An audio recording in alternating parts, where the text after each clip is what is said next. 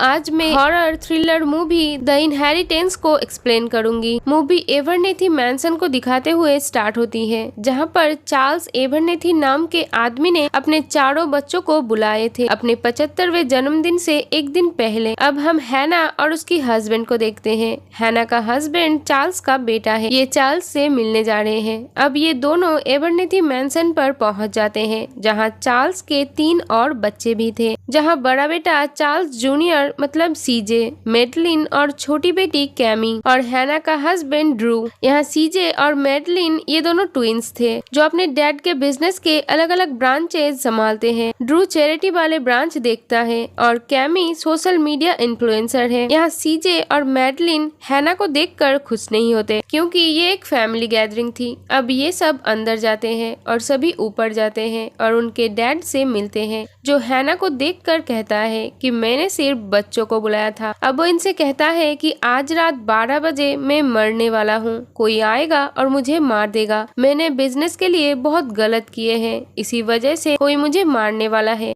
Charles कहता है कि मैंने पूरे सिक्योरिटी को आज छुट्टी दे दी है। तो हैना कहती है कि जब आपको पता है कि आपको कोई मारने वाला है तो आपने सिक्योरिटी को छुट्टी क्यों दी? तो चार्ल्स कहता है कि मुझे किसी पे भरोसा नहीं है, मुझे सिर्फ अपने बच्चों पे ही भरोसा है। वो अपने बच्चों से कहता है कि अब तुम चारों को ही मुझे बचाना होगा। वो कहता है कि मैंने अपने विल में लिख दिया है कि अगर आज रात में मारा गया तो मेरी सारी प्रॉपर्टी चैरिटी में चली जाएगी, लेकिन अगर तुमने मुझे बचा लिया तो मेरी सारी प्रॉपर्टी तुम चारों को मिल जाएगी। वो ये भी कहता है कि अगर तुम में से कोई जाना चाहता है तो जा सकता है, लेकिन आज जो चला जाएगा तो उसे कुछ भी नहीं मिलेगा। अब वो कहता है कि घर के अंदर कोई ना आ पाए इसका पूरा इंतजाम मैंने कर दिया है, बस घर का मेन दरवाजा ओपन है जिसे मेरा लॉयर लॉक करके चला जाएगा। चार्ल्स हैना को कहता है कि तुम भी चले जाओ, लेकिन हैना नहीं जाती। अब चार्ल्स का लॉयर दरवाजे को लॉक करके चला जाता है। अब ये सभी पूरे घर को चेक करने जाते हैं। अब कैमी नीचे जाती है, लेकिन यहाँ उसे ऐसा फील हो रहा था कि यहाँ कोई है, तो वो जल्दी से ऊपर भागती है, लेकिन दरवाजा तो बाहर से लॉक था। तभी यहाँ हम किसी परछाई को देखते हैं जो उसके पास आ रही थी, लेकिन तभी सीजे दरवाजा खोल देता है। इधर ड्रू और हैना चार्ल्स के पास जाता है और उससे पूछता है कि कौन है जो आपको मारना चाहता है।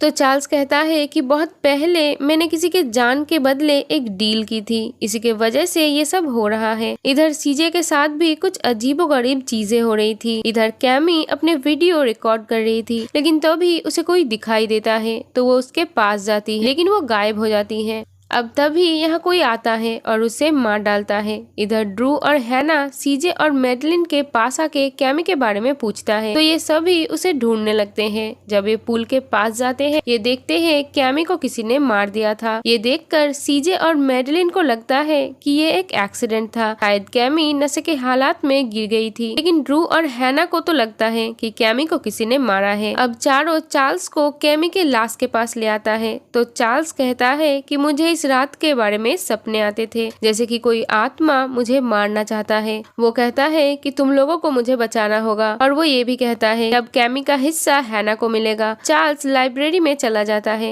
उनके बच्चे कहते हैं कि दरवाजा लॉक रखना, जब तक हम ना आए दरवाजा नहीं खोलना। सीजे यहाँ से एक राइफल ले लेता है, लेकिन उसकी सिर्फ 2 ही गोलियां थी। यहाँ सीजे और मेडलिन को ड्रू और हैना के ऊपर ही शक होता है, क्योंकि कैमी के बारे में ये दोनों ही पूछ रहे थे, और कैमी के मरने के बाद उसका हिस्सा अब हैना को मिल रहा है। तो सीजे और मेडलिन इनसे दूर हो जाते हैं। ये दोनों फिर से पुल के पास जाते हैं, लेकिन कैमी के लाश वहाँ नहीं थी। हैना कहती है कि हमें प्रॉपर्टी नहीं चाहिए, हमें निकलना होगा। इधर मेडलिन को कैमी के रूम में कैमी दिखाई देती है, लेकिन तभी सीजे आता है और लाइट्स ऑन करता है, तो वो देखता है कि वो बस कैमी की पेंटिंग थी। इधर ड्रू और हैना एंटिक रूम में पहुंच जाते हैं, जहाँ पे उन्हें एक एग्जिट मिल जाता है, जहाँ हैना जा रही थी, लेकिन वो अटक जाती है। ड्रू बहुत मुश्किल से उसे बाहर निकालता है। तभी सारे स्टैचू उनके तरफ मुड़ जाते हैं और लाइट्स भी बंद हो जाती हैं। अब ये जिधर भी जा रहे थे रास्ता ब्लॉक हो जा रहा था। ये दोनों किसी तरह से यहाँ से निकलते हैं।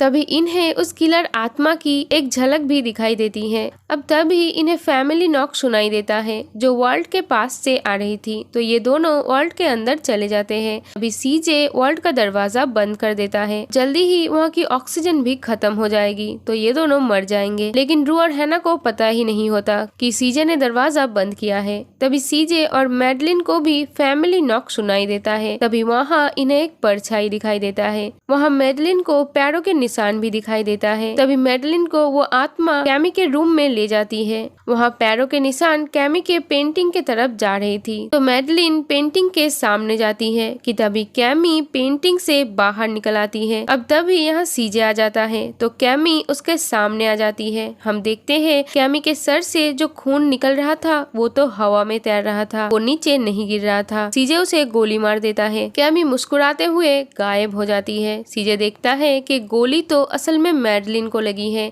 जो मारी जाती है। तभी मैडलिन के लाश भी गायब हो जाती है। अब सीजे जल्दी से जाता है और ड्रू और हैना को उस रूम से निकालता है। सीजे बताता है कि मैडलिन भी मारी गई है। सीजे कहता है कि तुम डैड के पास जाओ और उनसे पूछो कि उन्होंने ऐसा क्या किया था कि हमें मरना पड़ रहा है। अब ये दोनों चार्ल्स के पास जा ही रहे थे, लेकिन वो आत्मा इनके पास आ जाता है। ये उससे बचते हुए एक रूम में पहुंच जाता है जहाँ कुछ किताबें पड़ी थी। इधर कैमी सीजे को ऊपर से नीचे फेंक देता है। तभी मैडलिन आके उसे मार देता है। उसकी चीख सुनकर ये दोनों बाहर आते हैं, लेकिन वो आत्मा फिर से इनके पीछे पड़ जाती है। तो ये जल्दी से चार्ल्स के पास पहुंच जाते हैं और चार्ल्स से पूछता है कि क्या किया था आपने। तो चार्ल्स बताता है कि चार्ल्स के फादर के वजह से ये गरीब हो गए थे, तो चार्ल्स ने डीमन के साथ एक डील की थी जिसके लिए ही इसे इतना पैसा, इतना पावर मिला, और वो खुद चार्ल्स की जान की ही डील थी जो इसके 75वें जन्मदिन पर ही डीमन को क्लेम करनी थी। लेकिन जब चार्ल्स की वाइफ की डेथ हुई तो चार्ल्स का मन बदल गया, उसे और भी जीने की इच्छा हुई। और यहाँ हमें ये भी पता चलता है कि चार्ल्स डीमन के साथ एक और डील भी कर चुका है कि 12 बजने से पहले इसे अपनी पूरी ब्लड लाइन डीमन को सौंपनी होगी,